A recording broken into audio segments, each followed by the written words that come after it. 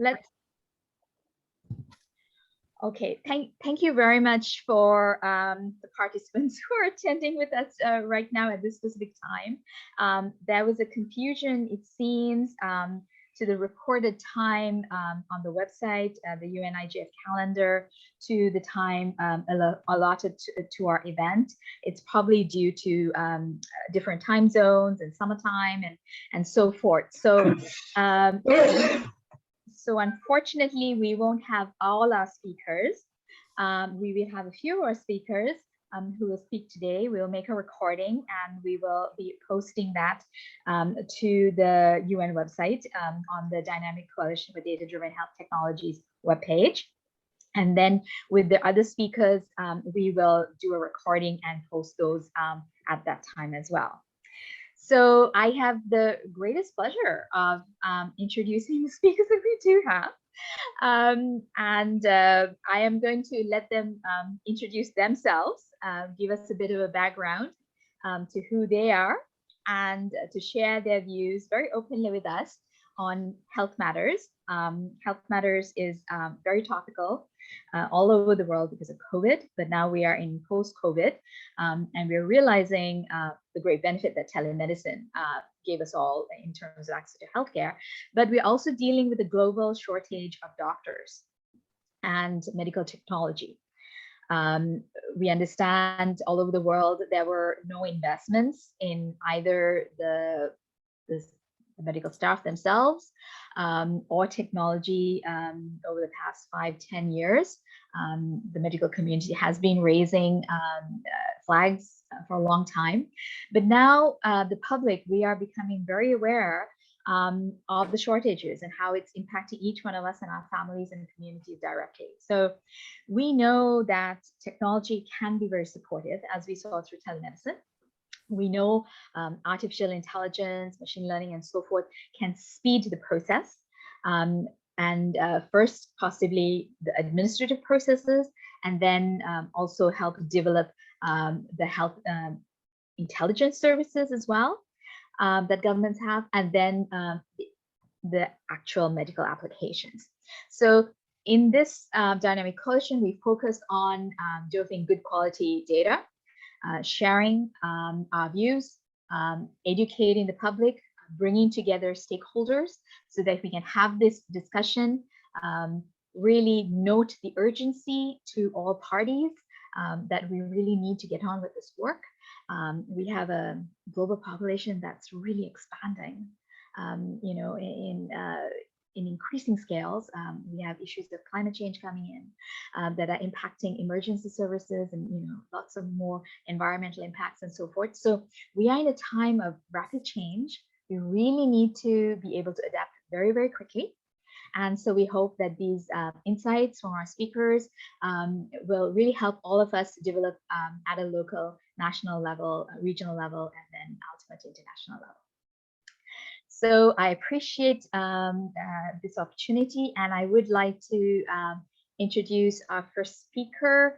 I'm going to stop sharing my screen here. And please, Maria, please present your background and then your views and opinions with us, please. Sure. So hello, everyone, and it's a pleasure to be here. I'm delighted to be part of this really great panel discussion with the keynotes.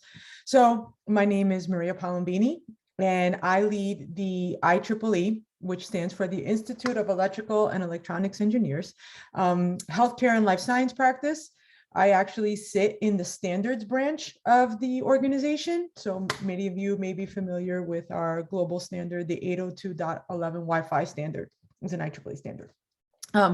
So a lot of the great work we do here with our volunteers from all around the world in the healthcare life science practice is to really look at all these, we're going to call them disruptive technologies, although I'm not a big fan of that term, but really looking at these emerging technologies breaking through in the healthcare life science field.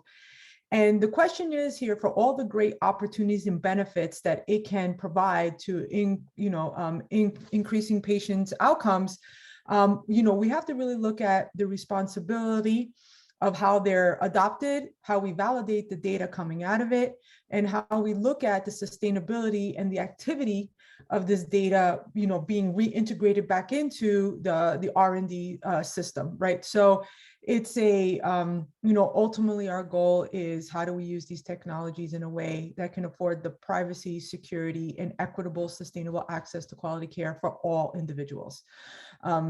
So that's the work we do here. Today, I really want to talk about, there's again, so many technologies and everything. A lot of my focus is on the value of patient data. And is it only worth the value of its endpoint? And what I mean by that is we have so much patient data. I mean, it's just like tsunamis and treasures and whatever we want to call it. And a lot of it just sits in silos. It's non-active. And if it's not active, what value does it bring?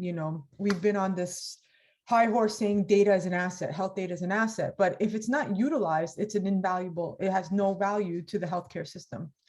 And so when we really talk about this, we see some of the, I would like to say more of the types of technologies and applications where we're seeing like the perpetrators of data kind of being held and sort of, quashed into their little, domain.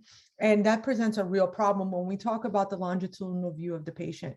A lot of it is we talk about patient from a point of view of EHR, right? Your electronic health record, your patient health record.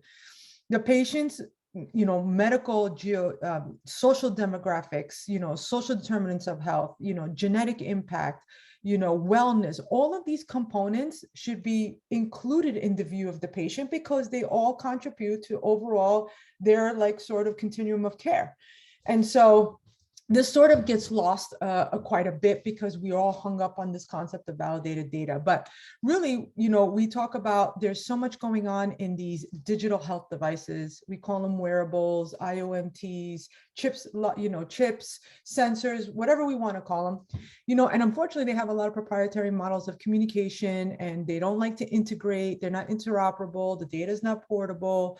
And all of this data that's being autonomously generated from the patient can really contribute integrating back into the patient's health profile. So when we talk about clinical research, right, recruiting patients, comorbidities, like all of these things can be better viewed if we had this data all operating and playing together, again, showing the patient's profile. We've seen specifically, I think when we talk about telehealth and we're seeing this explosive growth of RPMs, the remote patient monitoring devices.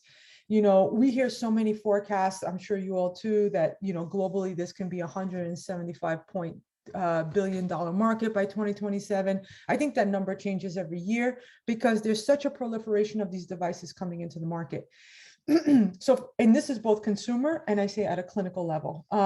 And so the greatness about it is great. They can be accessible to those who can afford it, who can access to it. We still have a portion of patients who can't, but that's for further discussion. But really at the point of the day is we're just talking about millions of devices capturing data about us. Where is it going? Who's using it? As a patient, we don't really even see it. We get some dashboards and we get to play with it, but how is that really helping us better manage our care? So we have that challenge. And now we're seeing again in the telehealth realm, in this remote care realm, is this growing, movement towards hospital at home. So we're hearing more about this. Obviously, the pandemic sort of started to feed this idea, but this was already in the works before the pandemic. And this idea is bringing more care to the home. So put aside the human side of it, the education, all the things that come with that. We're talking about a seamless, secure, adherent bioinformatics highway. This is what we're talking about here. Data going back and forth from the home into some, let's call it healthcare ecosystem. So as much as this can provide so much convenience to a patient who's immobile, there is so much data being captured and generated. Again, where is it going? Who has access to it? From caregivers to clinicians to patients themselves and back into R&D. And I think these are all like really important points. We hear there's so many stakeholders and, who want to see things taken differently. We know that the movement towards moving care outside of a physical facility, not that that would always be abandoned. We're just seeing a greater movement towards that, thanks to technologies and, that kind of thing. But there's a real core question here about patient data governance, like, I don't talk about ownership of data because I think that's more a philosophical concept, but it's really like giving the right to the patient to be able to consent how their data is being used, whether it's being put back into clinical research or to better help themselves, is a really important factor. The ability for them to have their own longitudinal view of their care, right? Like everything sits in multiple places. You can have 5 digital portals, or some central healthcare systems holding onto your records, and maybe you have a PDF scattered around here and there.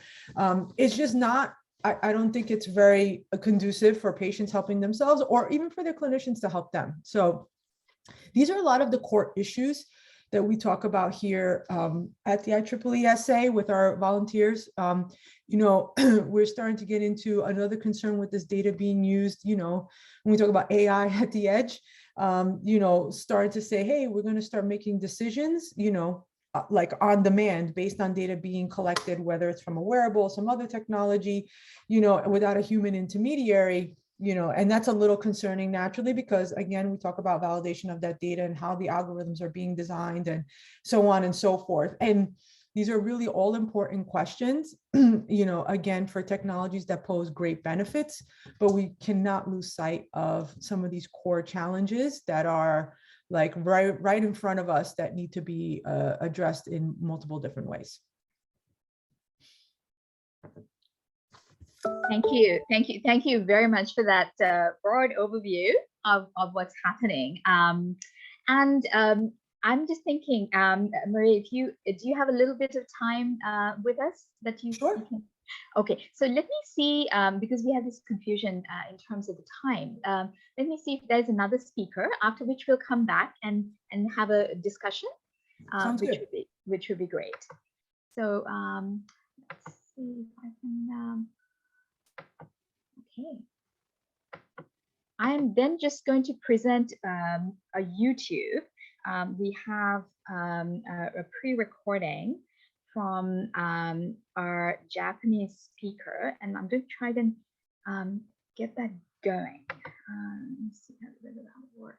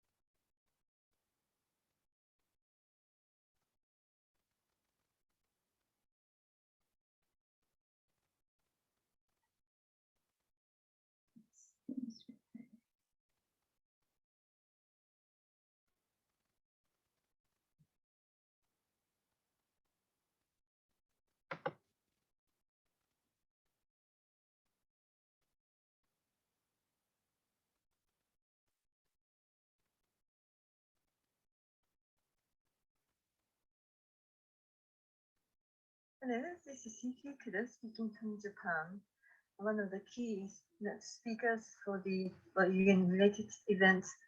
But unfortunately, I can't really participate simultaneously with you. So I have actually taken this video to share with you the situations that have been taking place here in Japan regarding the or telemedicine, which is the topic of this UN-related conference or the meeting. I have actually studied law at the University of Tokyo, Faculty of Law, and they both, undergraduates and the postgraduates as well. I have also have got a Master's of Science MC in Economics from LSE, London School of Economics and Political Science, where I have met one of the organizers, Amali. Hello, Amali. Well, this is actually another education I have actually done is Defense Institute of France, IHADM, the Paris de France, where I have actually got the diploma. And after working at JP Morgan and McKinsey and Company as a financial related corporate officer. I have basically working in the media industry, both as a broadcaster and newscaster and a commentator, and also as an author of non-fiction books, as well as the current affairs and matters. And as for the e-medicine here in Japan, there are many aspects I would like to point out as one of the difficulties of inaction or installments of this new system called telemedicine or e-medicine, or here in Japan, quite often called as online medicine. One of the difficulty, first of all, is the kind of, the inhibition in mind on the side of the doctors, especially. What that I mean here is that 80% of the Japanese medical facilities or the doctors, even though our system here in Japan is quite similar to the UK regarding the GP, but at the same time, it's not at all like GP. People are here in Japan able to go to any doctors that they like to go to. So, the doctor's inhibitors took place in their minds because that 80% of the Japanese medical facilities are private. And that means the installment cost of the e-medicine, together with the kind of fear on the side of the doctors, as if that they might actually lose patients, and the kind of economic factor like that became quite inhibition, in installments of the system. And also, Japanese e-medicine started quite late, unlike some of the European countries, which are quite, depending on the e-medicine, such as Estonia, for example. Japan has started using this system, since 2020, when the global pandemic COVID-19 hit the entire world. And in order to reduce the risks on the side of the patients as well as the doctors. But still, as of now, the end of June, the 30th of June 2022, we haven't actually seen a great change at all, I must say, because of many reasons, additional to the kind of reasons that I have pointed out so far. The most important is, I think, is the law. Unlike the EU with the GDPR and the data portability, which has been really enacted since 2015, and together with the kind of data portability, with a digital single identification system that they are trying to really enact, Japan is quite behind, unfortunately, on the matters of the legal, infrastructure like that. And with that, I personally think, as a law major myself, it is quite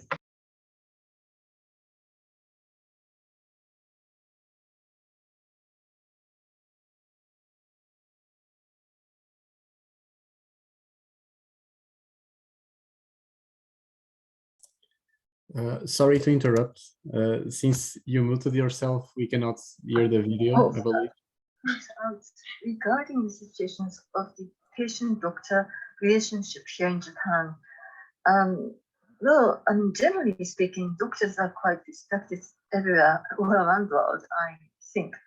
But here in Japan, that kind of doctors and patient relationship is very, very strong and unique, in the sense that we, here in Japan, tend to really call the doctor with a sensei. Always really addressing them in a matter like that. So a kind of decision making, a kind of doctor-patient relationship situation may be quite unique here in Japan, which could be a kind of important decision-making factor when it comes to e-medicine, I personally think, because the kind of when a certain change of the huge infrastructure take place, there is always has to be a kind of voices of the general public, which may not be so taken care of in my perception here in Japan in a way comparison with other countries. Some of the European countries or some other countries that I have actually seen the data. And next, the importance is the kind of digital divide, so to speak. The telemedicine or e-medicine is a typical kind of means to make or give advantages for the elderly patients or elderly people who might have not only a kind of infections or global pandemic related situations, but generally speaking, clinical level of illness or certain kinds of deficiencies and as a tendency, but they tend to live in not in the cities but in a rural area. So the kinds of people who are the most benefit receivers with e-medicine are the kind of people here in Japan do not have smartphones or do not have any digital infrastructure. Number one is because of the kind of not active in using those devices. And secondly, that is quite important, is the lack of penetration ratio of the internet or broadband or mobile network. And when it comes to not really the population, but regarding to the area coverages. Well, for example, the satellite internet, for example, with the kind of actions or decision made by the Tesla's, the CEO Elon Musk and stuff, has done a great deal of penetration coverage of 30-some countries with the satellite internet, which is quite ideal in my perspective, or in my analysis, for the country like Japan, where the doctors' shortages do exist in the rural areas, while the cities like Tokyo or Osaka and Kyoto have got enough doctors. So there's a huge gap, not only in the digital equipment and digital infrastructure, but at the same time, the available doctors in the kind of wide variety and also, entire coverage of the entire genre of medical services, such as for children, or such as for dentists, or such as for, internal medicines, or etc. So that is another problem, which has been really making the situations idealistically of realization of the ideal in or telemedicine here in Japan quite difficult. As a situational analysis in my point of view. And lastly, but most importantly, I would like to point out the media literacy. How accurately the media is actually telling people, transparency wise, the government also. Well, I don't know if my recording or also this video has been quite or can be quite useful or not, but I'm actually putting it open to the public on my YouTube channel. Under my name, Yuki Kudo. That's Y for yellow, U for uniform, K for kilo, I for India, E for echo. My last name Kudo is K for kilo, U for uniform, D for delta, and O for Oscar. And if you have any questions, you're more than welcome to give comments to my YouTube channel, under my name, as you like, anytime, and I may be able to answer precisely or more accurately to your needs. And well, I do hope that I was able to, or I can be able to be a part of the small contributions, in spite of the fact that I'm not able to participate in this exciting and important conference.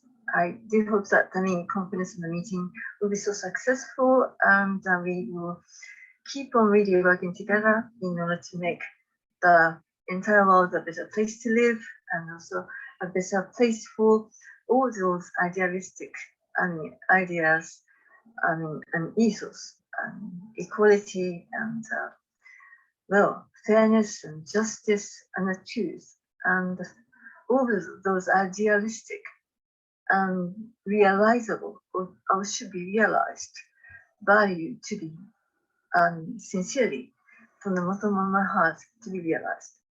Thank you very much indeed for your kind attention, and I do really look forward to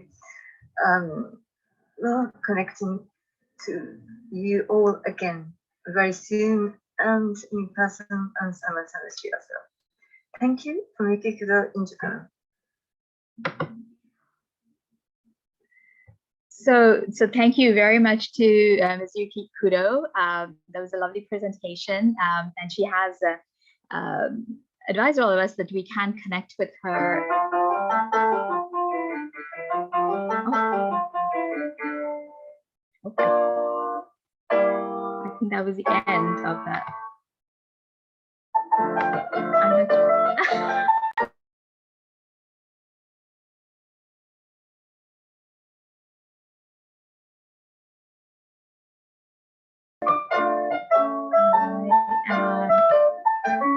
I know Miss Kudo is also a pianist, so I'm just thinking we should go on to the next one. Okay. So I think we're good here.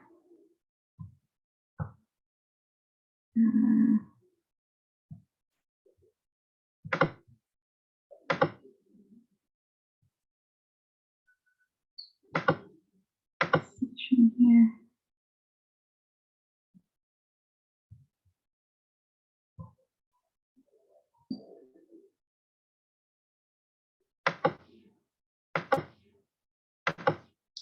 Okay, so sorry for that, managing my technology here, but I think Yuki's also pianist, so I think that's what we heard from her as well, perhaps. I'm just looking to see if we have any of our other speakers here. Otherwise, I'm going to, we have our members here, Frederick Cohen and Alex Buckham, who have messages as well. And I am going to turn the floor first to Alex Buckham, please. Alex, would you like to share a few minutes of your thoughts with us? Sure, no problem. Thank you, Amali. Hi, everyone. Thank you so much for joining today. It's a real pleasure to be here. As Amali just mentioned, my name is Alex Buckham, and I work in the human rights sector. Currently, I work for 2 NGOs focusing on promoting and protecting human rights in the Gulf. And I've been a member of this DC for over a year now, principally because amongst my areas of expertise and interest are issues about state surveillance, what's known as surveillance capitalism, and sort of corresponding privacy rights issues. So in many respects, technological innovation shapes and some would argue even defines society. And with regard to healthcare, the area that we're all here today to discuss, it's absolutely critical to continue to pay close attention to the impact that this potentially useful technology can have on our human rights. Health services could, according to Professor Robert Wachter of the University of California, use AI technology to conduct, quote, an enormous amount of research more accurately with better information, prognosis and recommendation, close quote, given the vast amounts of data that health services currently have in their possession, a point that was raised by a previous speaker. Various kinds of AI digital diagnosis tools, as well as AI software systems which scan patients' records to assist in the development of future drugs and treatments, are but 2 of many examples of the types of digital technology being used in the health sector. However, to take the UK's National Health Service as an example, companies such as Google, Apple, Amazon and Facebook, now of course Meta, demonstrating clear interest in partnering with the NHS to gain access to its data has raised serious concerns regarding, for example, these companies seeking to monetize sensitive health information in their advertising efforts. Dr. Alison Pollock, a consultant in public health medicine based in Newcastle in the UK, as previously stated, quote, all the surveys of the public show they want their data used only for public benefit. And, quote, they have very serious concerns about the commercialization of their data and if it's being exploited for profit. In 2019, a leaked UK government document revealed details about secret UK-US post-Brexit trade talks in which the US was clearly pushing for, quote, free flow of data as a, quote, top priority, including health data, of course. Also in 2019, the UK government's Department for Health and Social Care released a response to a series of freedom of information requests from Privacy International regarding the use of NHS content by Amazon's virtual assistant, Alexa. Privacy International were alarmed that the agreement, quote, seems to clearly allow the latter to use information provided on the NHS website for a handful of purposes, including advertising or marketing. Incidentally, in a 2019 Rockall survey of about 4,000 people, only 11% were willing to share their data with a tech company like Amazon or Facebook. It's previously been revealed that a number of menstruation apps sent personal data about women's sex lives to Facebook without those people's consent. Facebook and Google also received information from apps covering smoking cessation and depression, again without users' consent. So in response to claims by big tech companies that every precaution necessary is being taken to protect users' health data and broader right to privacy, Martha Stender, a Berlin-based tech ethicist fellow at the Viandrina European University in Frankfurt, argues, quote, even the most sophisticated anonymization techniques, given enough data points, it may become possible to de-anonymize individuals in future. This is a standard sort of quite successful rebuttal to arguments about metadata that states have put forward in the past when trying to defend mass surveillance. Issues about the role big tech is playing and further seeking to play in healthcare have only been exacerbated during the COVID-19 pandemic, of course. In their paper, Storing and Debenji Poivoli, apologies for any mispronunciation there, raise a number of key points, one of which pertains to the increased reliance of European governments on companies such as Apple, Google, and Facebook in tackling the pandemic, which raises, quote, questions about their power relative to tech giants. It is, for instance, striking that public health agencies wishing to adopt Google or Apple's exposure notification technology as part of digital contact tracing efforts appear to have little, if any, choice but to accept the terms and conditions the companies impose. Others have raised concerns about big tech becoming, quote, the new gatekeepers of the enormous health data sets that they are helping to compile. With no concrete guarantees, these data sets will be openly accessible in future, as well as the possibility of Apple, Google, and so forth dictating which research questions are asked and setting research agendas more broadly. Two final points. Naomi Klein has previously made the case that with regard to narratives about the success of contact tracing apps, they ultimately, quote, erase the role of a functioning public healthcare system, of the fact that it was a well-staffed public health system that allowed human tracing and tracking of the virus, which means a human being, best of all, a human being in your community, somebody who you might trust, who speaks your language, close quote, to assist those in need of medical aid. She argues that the ever-increasing use of surveillance, apps, and telehealth to the ultimate benefit of companies such as Apple, Google, and Amazon is, quote, removing humans from the equation. Looking at the big picture, tech giants' increasing involvement in health sectors around the world poses serious risks to a variety of human rights, including our most fundamental right to privacy. If tech companies' practices are not kept in line with international standards, our health data could be used for a number of problematic efforts pertaining to state surveillance and surveillance capitalism. I do apologise for how depressing that was, but thank you nonetheless for listening. Thank you, Molly. Thank you very much, Alex. Thank you for bringing us up to speed on all those very important human rights aspects. Very important as we develop legislation internationally to keep all those points in mind, so that we have, as speakers have been talking about, fairness, equity, personal control of data, and so forth. So very important.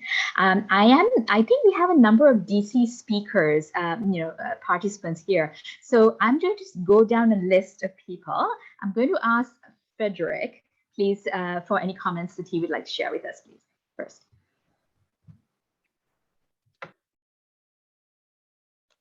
Hello, everyone. Thank you for the invitation. Today, we were talking about an important issue for public health. It is what is about our air quality. It was very well known that air could transport some virus like the COVID. And there are also very much more virus that could be really dangerous for public health and the future of the humanity. What people have to do is very important, is to get an important distance between each other, not to contact and to communicate this very dangerous disease. So we were talking about our air quality, and an important thing to know is that the pressure in the atmosphere could make changes like the wind, which could get away some ridiculous things, but that could be really dangerous for anyone.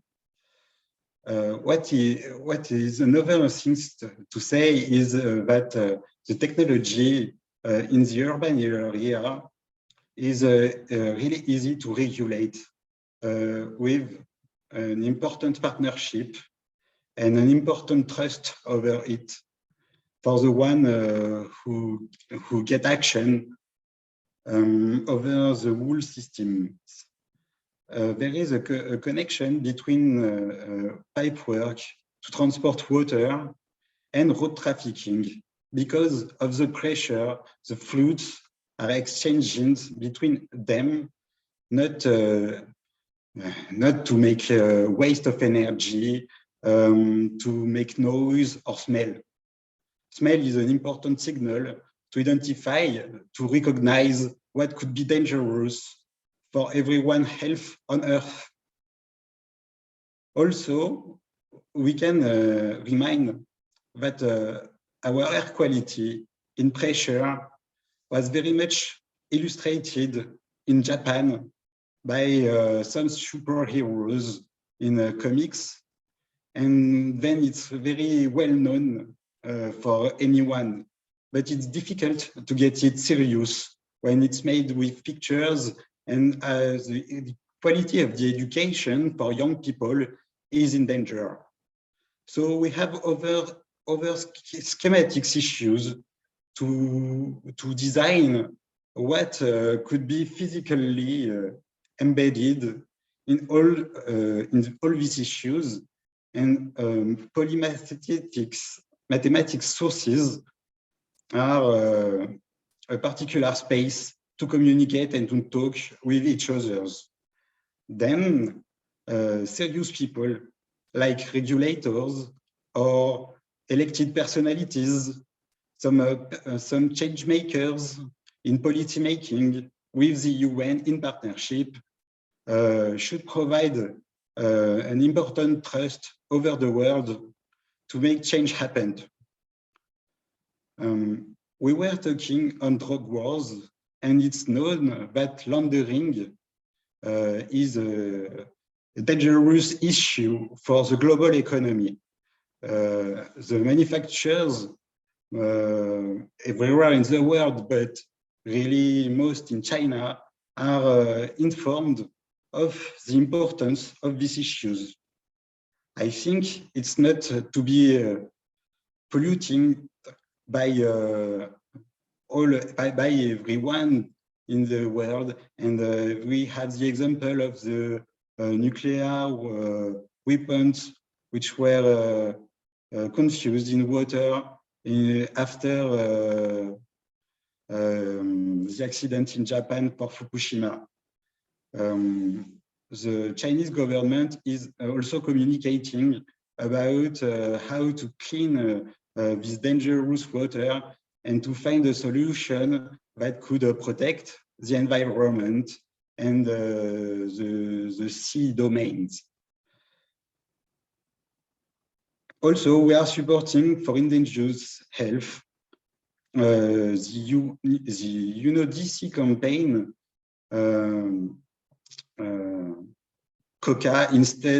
coffee instead of coca, that could support the economy in different regions in the world, like in Latin America or in Africa, but mostly Europe, that is really embedded into cultural issues that could be dangerous for public health, because these products is transmitted too much, and the COVID-19 pandemic was an occasion to fight against the supply chains of the drug war. The presentation of Mr. Wang Yi in Afghanistan was also an important turnover in the history, not to continue this cycle of drug war with laundering and pollution for everyone in the world. So what we keep in mind is that our solution to design a healthy urban space in modern life could continue with the waving it is produced in the pipework. Their battle between air and water transmitted from the pipe could be managed. And in France now, our provider for water is regulated by the Chinese company of computing Tencent, which is one of the BAFICs, which is in a competition in front of GAFAs for the Western countries, but also with the Russian ones. What are GLONASS, for example, also use to get satellites in the space. So now it's a time which is sliding to get in mind that a rest is important to have, because there are sometimes important challenges and sometimes things are not, like mostly produced some goods from counting like issue to launder other problems, like difficulties to walk, which is a repeated task, like beating the heart or the brain activity. Then signals could be made in with the pipework to communicate sometimes, but also to support a human activity and get action when difficulties are coming. So the topic of climate action, which was very well illustrated by Japan, is also an important thing for armies in the world. And we keep in mind that the competition into the security countries, into the countries of the City Council, should be managed with the support of the international community. The situation there is also complicated, but some cares could be shared to others to make prevention when some discussion have to be made, and then the UN could be a part of the solution. There is no problem to communicate to everyone with the support of the governments who take part for the security. Okay, thank you, Frederick. It was very interesting to hear about all this air quality and very, very topical. You know, we're going into so much of climate change and the impact on healthcare, and we always, I know, you know, a few decades ago we were talking about air quality and then kind of forgot about it, and we're now talking about you know, things like earthquakes and storms and things like that. But that air quality thing, I think, is very important, especially in the workplace. You know, they're talking about these big, you know, we had big office buildings and how clean the air is. But then when we step out, as you say, we're meeting that air quality issue as well, right? So you shared with us some very interesting insights. You shared with us that integration between supply chains, going on into defense as well, and so forth. So thank you for those comments. Okay, now I'm going to ask Zhao. Dr. Zhao, are you with us, and would you like to share some thoughts?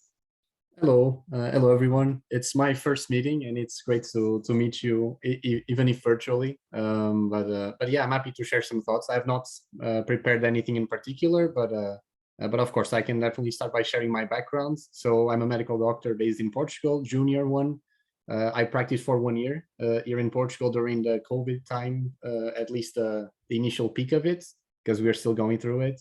But then I made a career shift, so I joined a company in Germany called Ada Health, whose main product is a symptom assessment checker. So basically, our users can introduce the symptoms in that platform, and they will be provided with some conditions based on the likelihood ratio of the input that they gave to the app. And of course, that the questions that are asked back in the assessment are always taking into account the input or the information provided by the person in the beginning. So for example, if they say, I have an headache, they will be asked, how long is that headache lasting from? Are there any modifying factors to that condition? Any associated factors? So obviously it's a very interesting field for me, having that interest in technology and also bridging with the knowledge that I had from the medical studies and the initial stage of medical practice.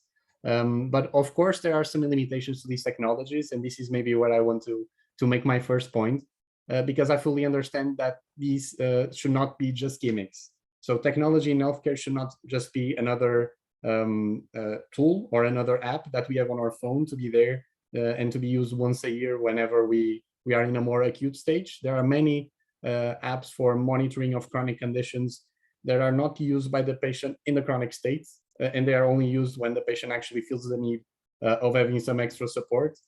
So they actually fall, we have an expression in Portugal to describe these things, they fall in an empty bag. So they are not used for the purpose that they are created for at all. And under this line, there's also another interesting aspect that started in Germany called DIGAS, which is the prescription of medical apps as an aiding tool for the treatment of the patients. This was introduced in Germany first. It is already being developed, a similar approach in France recently. And in Portugal, it's starting to be debated at this stage. So I would say that, yes, some of these apps may provide some aid or some support to the patient, but all of the entire system, either in France or Germany, implies the validation of these apps through trials that are a must, they are a need. So these technologies, before being put up to use for the patients, they need to be validated first. And this is another thing that should be regulated beforehand. In Europe, particularly, there are some working groups that I'm aware of, also regarding data, which we are in the first communication. The European health data space is being discussed at the moment, and I would say that it's key to manage the interoperability of data between member states and even within the country. So allowing the person to travel to a different country, have access to their medical records, and actually be able to use the medical records in a different country, or so that the healthcare authorities can actually make use of that data. This is another key aspect, but it's still a discussion that is going on. And we don't have regulation yet for this. Nonetheless, I would say that it's another interesting point to be assessed. But looping back to the applications and uses of technology, what we have seen also over the last years is that there's a steady increase in the healthcare expenditure in comparison to the GDPR in the majority of countries. And I'm basing myself on OECD reports, at least that's what I always try to follow. They are not fully representative, of course, but they provide this overview of yes, the healthcare expenditure has been increasing, and it's not because our populations are getting older or that the needs for chronic management of conditions are getting increased. Yes, that happens too, but that only accounts for about 5% of that increase. The vast majority, of course, not the vast majority, not over 50%, but 40% is driven only based on technology. And I would say that the call is also on how can we actually use technology, not as a mere incremental performance booster for our healthcare practice, but also as a disruptive way of performing healthcare. So not only improving the outcomes, but also reducing the costs. And this is also the work of some newer companies that are not necessarily dependent on, or that are at least more flexible to move around in the regulation gaps, because yes, I know that this is the elephant in the room probably, but there are still a lot of gaps in this field. And usually these younger companies are able to provide some systems that are able to tackle both these things. And I would say that this is the next step for us in terms of uses of technology. So not only how can we improve diagnosis, how can we improve treatments with technology, but how can we make things cheaper? Because yes, telemedicine is being used, but we still need to maintain the infrastructure to provide the regular appointments for the ones who don't make use of telemedicine. And we have seen this particularly during COVID times.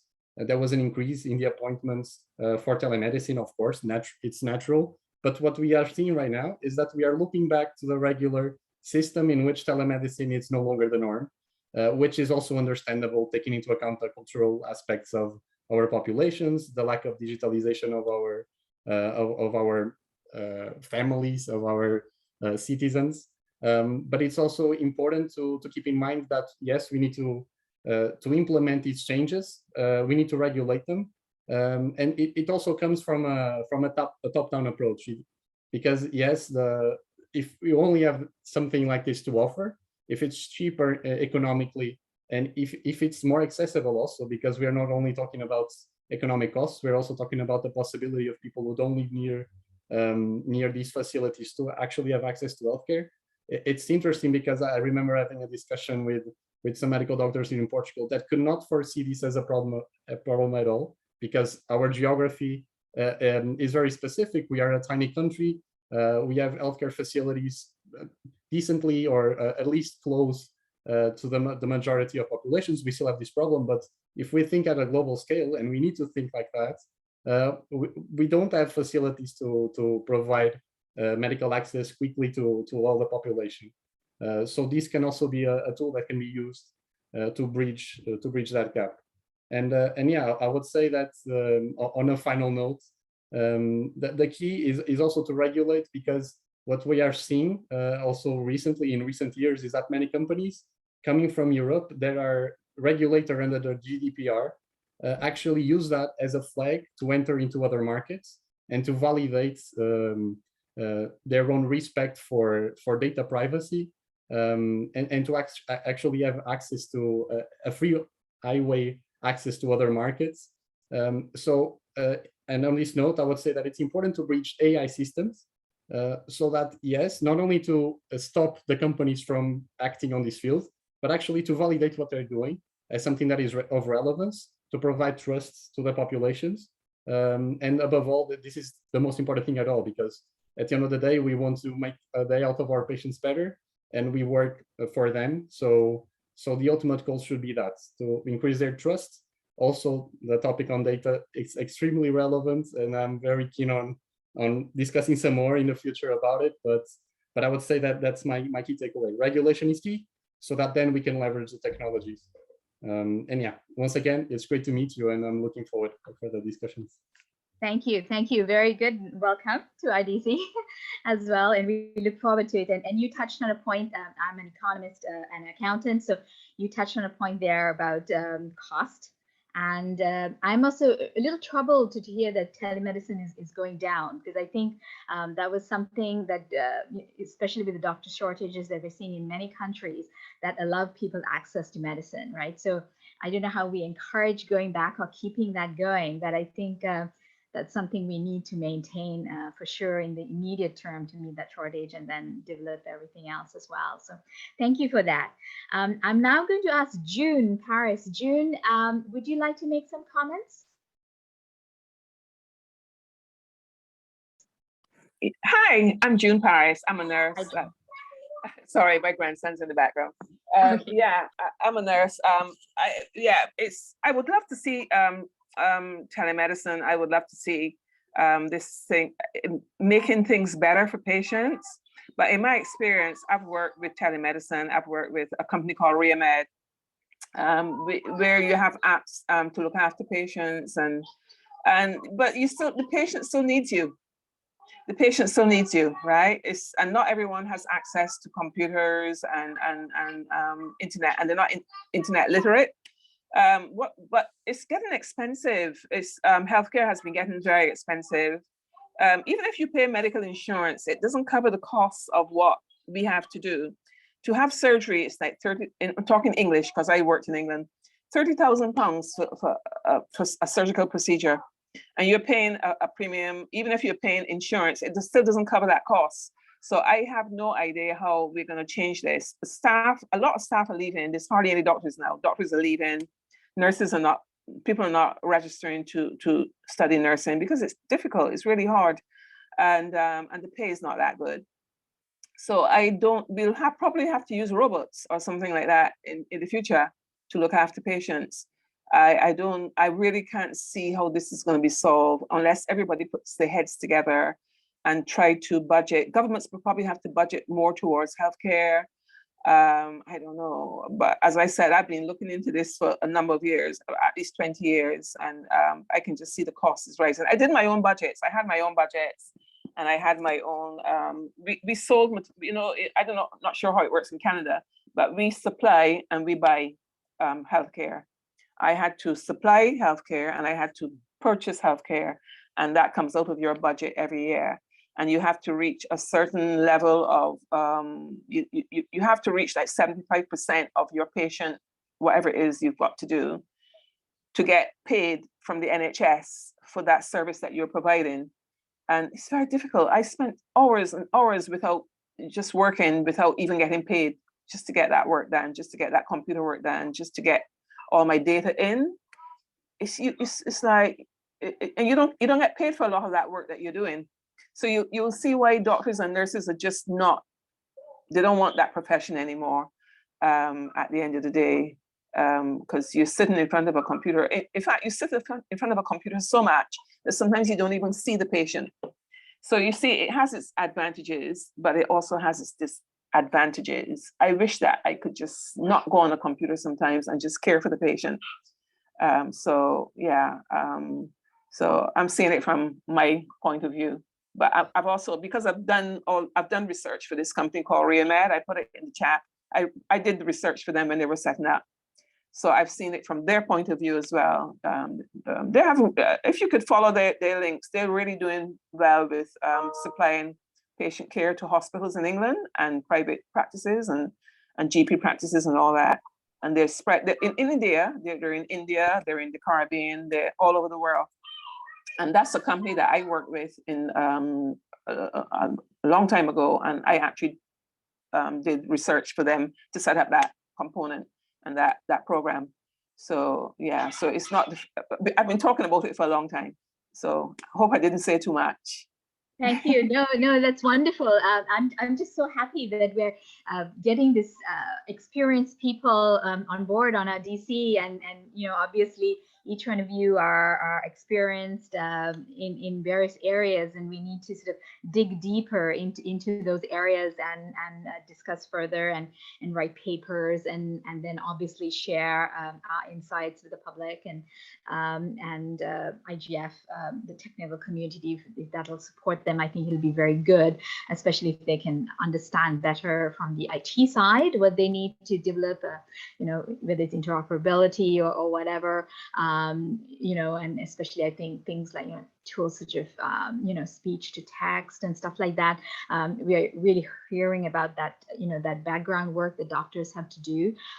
We're hearing that all over, a lot of paperwork, and even my own friends are talking about so much paperwork, and that keeps them away from the patient, as you were talking about, and so forth. So those things, I think technology can really help in many ways. So, I think that would be something that we should brainstorm together and pitch that work forward, to be heard by those people who have the money, basically to grant, for the betterment of services and so forth. So thank you, June, for that. We have Dr. Amado online. Amado, would you like to present for us? This is going to be one of our speakers. Would you like to share?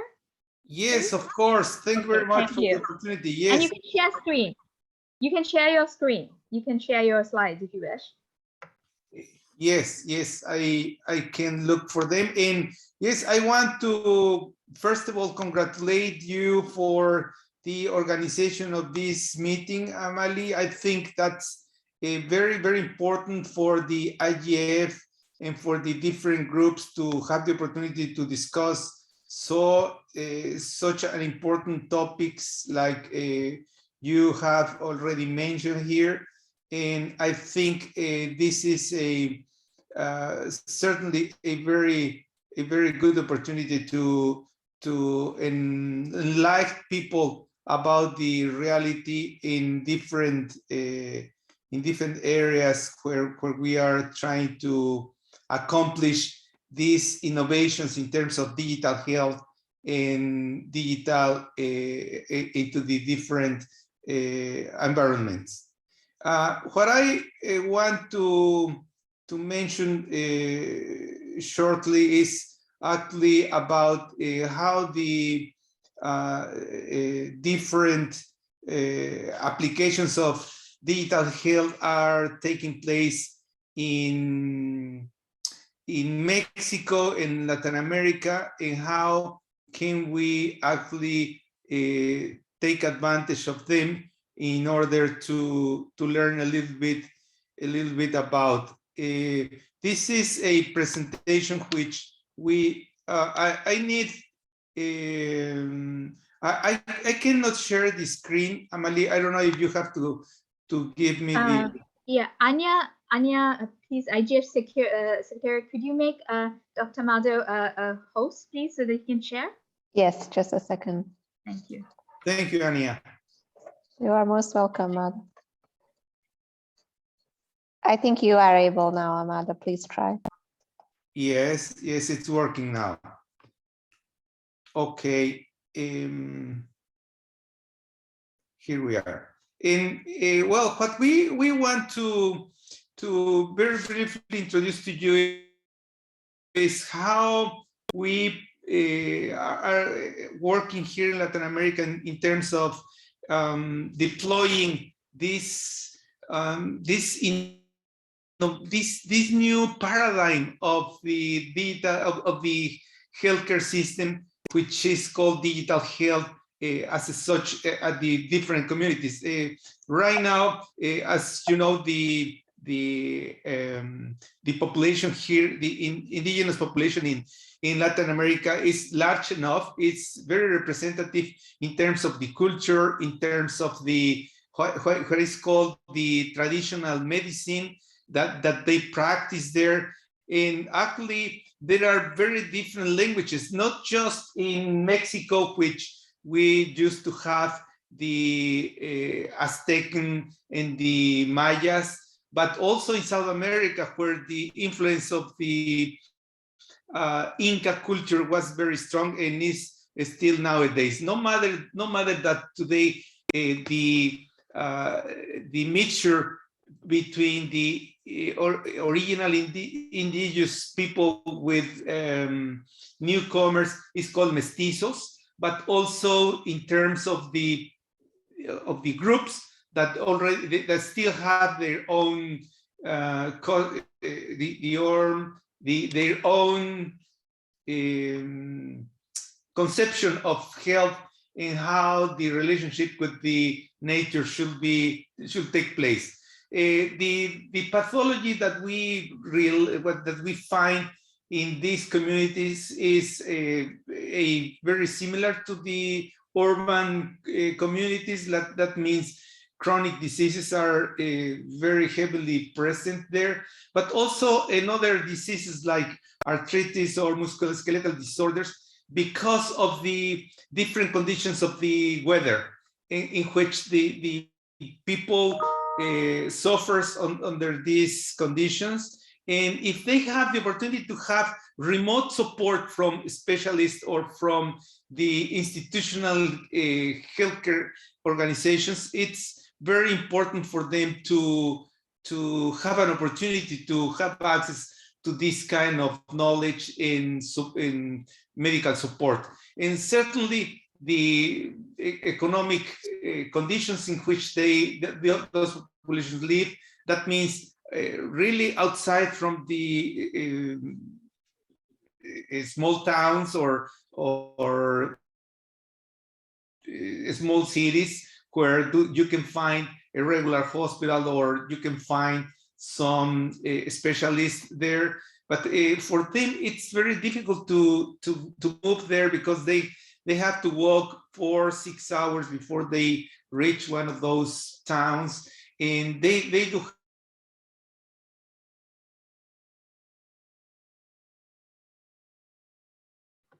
Amado, we can't hear you.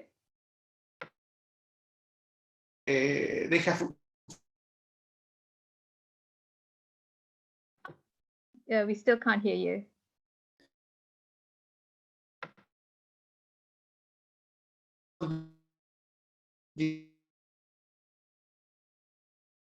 Have already.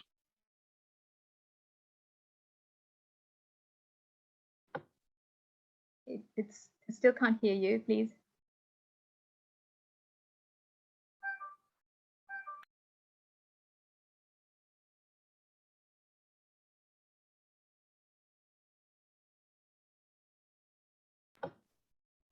Did we lose Dr. Amado there, Anya?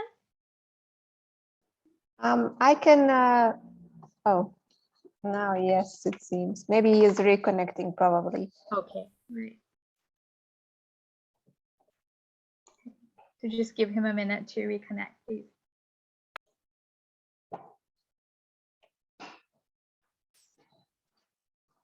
Just a bit of administration after Dr. Amado.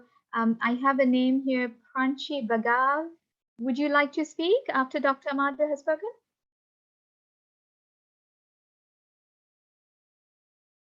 And I also have Delphi Ramirez as well. Please, after Dr. Amado has reconnected and spoken, then we'll open the floor to you as well, please. Okay, thank you. We can see the presentation again.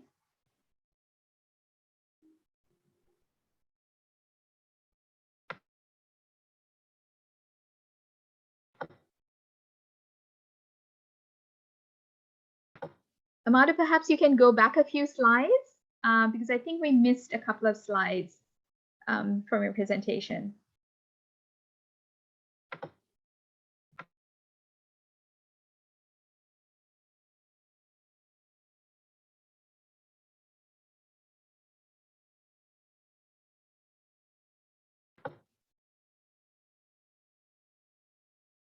This is the slide we also at the end there.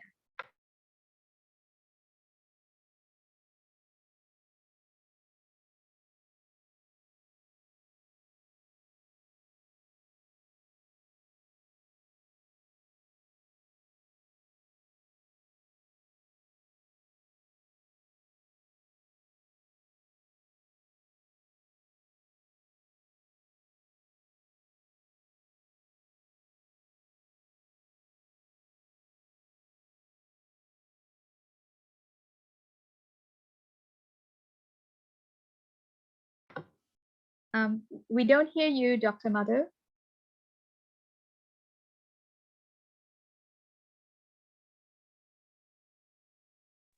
Here now, can you hear me? Yes, yes, thank you very well. Yes, please. Okay. Yes, I was mentioning to you that for many years, those communities have suffered their own pathology, which is related to their cultures, together with foreign pathologies which arrive with people coming from outside to live with them and to mix with them. And nowadays, PAHO and the World Health Organizations are trying to look forward how to help those communities through different initiatives in order to accomplish the goal number 3, which is related to the universal health coverage, in which they are looking for a holistic approach of health. That means to take into consideration their own culture, how do they perceive life and the purpose of life, and how do they have how do they become responsible for their own health, and also how can they remain an original culture with the advantage of having access to the healthcare institutions already in place at the urban cities and at urban societies. And also they are looking after the reciprocity in terms of the relationships with another groups, which means it's not only about a single indigenous community, but also another ones who have similar realities. And that's why we are looking forward to have access to the patient's clinical history, in which we can accomplish to grab at least the most important demographic and physical data from the communities, in order for us to have an idea how do these communities behave in terms of health, and how do they have access or can have better access to the health institutions, because it is not only a matter of translation to translate into the native dialect, but also how can we take into considerations their own values, their own perspectives of life. And this kind of inputs can be accomplished in a holistic clinical database that we can build together with those communities. Our societies nowadays, we are working in the technical communities together with these indigenous communities, and we are having also some initiatives which are very interesting in terms on how to use not only the software but also the telecommunications in order to make sure that these groups have not only access through the mobile phones, which we cannot guarantee that they are going to pay the monthly fee or that they are going to have a ongoing access to the data, but we are pursuing to build local stations which can be communicated through the satellite network, which we do have in place in Mexico, in order for them to test at least that these hotspots have access to the internet in an ongoing basis. And if they have some healthcare problems, they can attend this community place where they can have access to a healthcare institution or to a healthcare professional who can provide them advice and take advantage of a database that we are trying to construct at different communities. One of the programs which is nowadays not only successful, but became very important is a program which is called IMSS Bienestar in Mexico, which it's a program which started at the early 80s, where small clinics were placed at these small communities, indigenous communities. And nowadays we are trying to guarantee that those clinics do have access to the internet, to the satellite network, and we already have a very simple, easy to use clinical database, which takes into consideration some of the aspects that I already explained you about. We are pursuing how to digitize procedures and services. That means how can we really help, how can we really use technology to help people to better understand how can they have an ongoing personal health file. We call them in Spanish la cartilla de salud. That means the healthcare story, in which we do have the most important and relevant points like immunization, weight, if any chronic disease has been detected, and so on. A very simple one, and also to establish the mechanism in order to help them to understand how to take advantage of telemedicine. It's not only to have the equipment there. I have visited Peru, Bolivia, Ecuador, where mainly in Bolivia, they have very important telemedicine programs, which have not been able to be improved because the community really does not have the conviction that it is something which goes along together with their own values. In the way in which we allow the technology to be perceived by those communities as a part of their own resources, then we can be more successful in this direction. And also to generate prevention strategies. That means to help people to understand that prevention is much more important than a treatment, a professional treatment, and that if they take advantage of these programs, they can really help their communities to improve, no matter how their cultural principles are.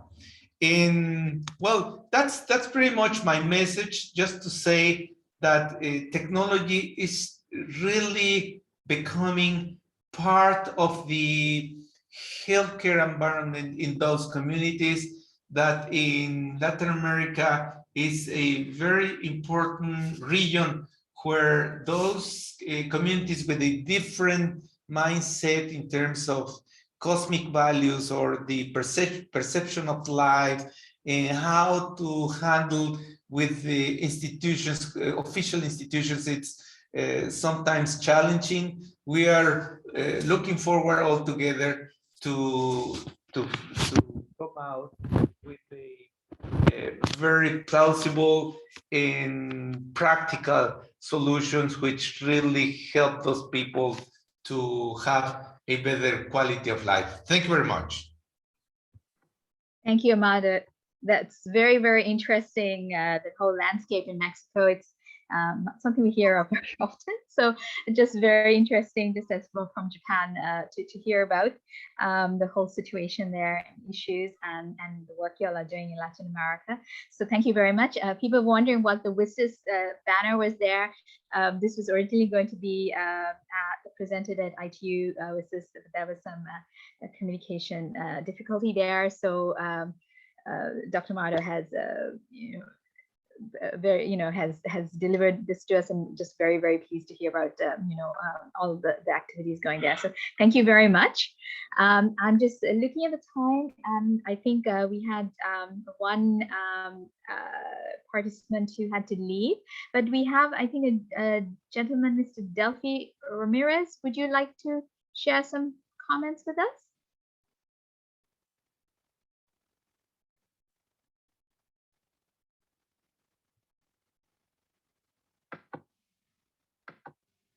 Seeing that, okay, that's fine. So I think that sort of wraps things up, but I would like to go back to our speakers and ask them if they would like to share any additional comments. Maria, I'm not sure if you're still with us. Would you like to, just in having listened to all their conversation here, is there something else that you perhaps would like to add? I think what I really enjoyed from hearing from the other speakers is, first of all, the diversity of the perspectives was really important, not only from their, discipline from where they work, but as well as geographically. We know that this healthcare data research, rights is a global challenge, we know, but we also see that there are some intricacies depending on where you are, not only geographically, but where you are in the healthcare chain. So I think it's really important for us not to say one solution is going to apply and help all. We really need to take, if we're going to take this real concept of precision medicine and precision care and targeted care, we have to take all these perspectives into consideration. Thank you. Excellent. Yeah, that's exactly it. And as Dr. Mali was saying, that holistic healthcare approach, right? That's based on values and targeted to the region and so forth. Exactly. Yes. And the complexities that we have nowadays with all climate change, and it's so much change going on right now. Where the old normal was very flat in many ways, but now it's not just COVID, it's just, we've got just everything else from population growth to climate change to add into the matrix of issues that are going on. Yes. So is there anybody else who'd like to add? I'm just going to open the floor and just, just speak up, I think. That's probably the way we can go. Maybe, Amalie, I do want to make a short remark related to what Jung was saying. Of course, technology at any time of the human history has had both aspects of the same issue. I mean, I can imagine when the wheel was invented, it was just for specific objectives related to the good of the society, but also they used the wheel for other purposes, which were not the best that we can think about. And technology certainly is a challenge nowadays, not only because it is not very well understood by all the communities, but also it is not very well managed in terms of the legal and ethical frameworks that surrounding it. And the technology is running at such a pace in which the institutions cannot really catch up with it. And certainly we do have certain kind of challenges, but I think at these kind of groups, of these kind of discussions, it is very important for us to realize that we are protagonists. We are the main players trying to build up this new perception of life, or building up this new paradigm of healthcare in which we really give patients, physicians, nurses, authorities, the people responsible for funding, third-party payers that are called in the US. We are giving them the opportunity to double-check, analyze big data. We are also trying to put in place how to couple together the data coming up from the genomic sequenciation, from the social determinants of health. We are trying to put together also the advantages of the medicine based on evidence and personalized medicine and so on. Then I think it's worth to try. We certainly have to be very, very aware of what we are doing, in which direction we are moving ourselves, but certainly taking advantage of new technologies should be for the good of our societies. Thanks. Yes, thank you very much. Yes, exactly. I totally agree with you. Yeah. So I'm just going to, there was a message that came up from Delphi. Would you like to comment, please, to us? Just turn your speaker on. We're seeing messages. Anya, could you give Delphi the opportunity to speak, please? I think you are unmuted now, Delphi.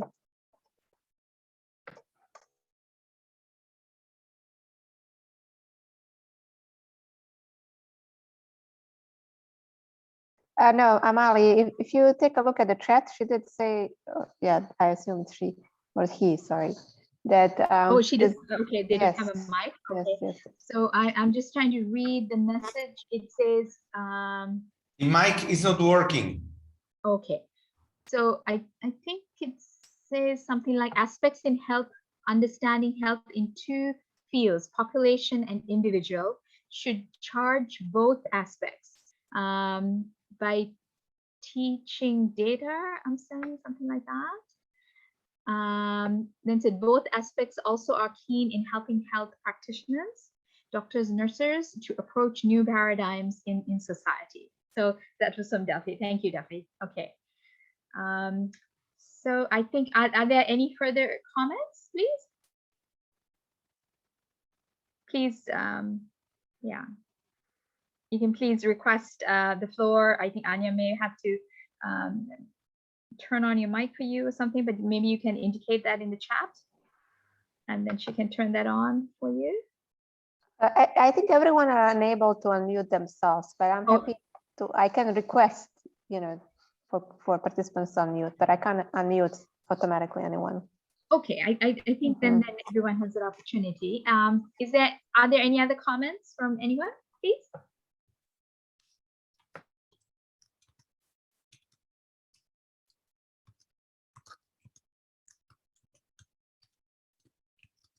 Okay, so if there isn't, then we'll say this was really an excellent session. We missed out on a few speakers because of the timing issues, but we can have another grand session again in the fall. Hello. And I think we can have, just have another wonderful conversation as we did today. I just learned so much from everyone, the diversity, the regional diversity, the depth of stakeholders that we've had here, talking and sharing the experiences. So I really appreciate this. I invite anyone who isn't part of our dynamic coalition to please join our coalition. And I think, there's a lot of work to do. And it's formulating all the ethics and values and systems requires a coming together to discuss a lot. So we really appreciate if you join us. We can develop some policy that we can put forward, IT based, but also if you think it should go forward to some place like WHO, we are in a very suitable place to do that because we are under DESA, so UN DESA. So I think we're in a very good place to have a very good, as Ahmad said, a holistic conversation. So let's do that. And I appreciate all of those of you who joined us. Maria, thank you for joining us. And thank you for our new DC members as well. Thank you so much. And for our existing DC members, you are the heart of who we are. So thank you so much. And Maria, I hope you would join us as well into the future in further discussions with us as well. Absolutely. So thank you very much. And thank you, Anya, for arranging all of this for us. Thank you. All right. Thanks to everybody. Thank you very much, Anya. Thank you, guys. Bye. Thank you, everyone. Thank you. Thank you, Amali. Thank you, Anya. Thank you very much.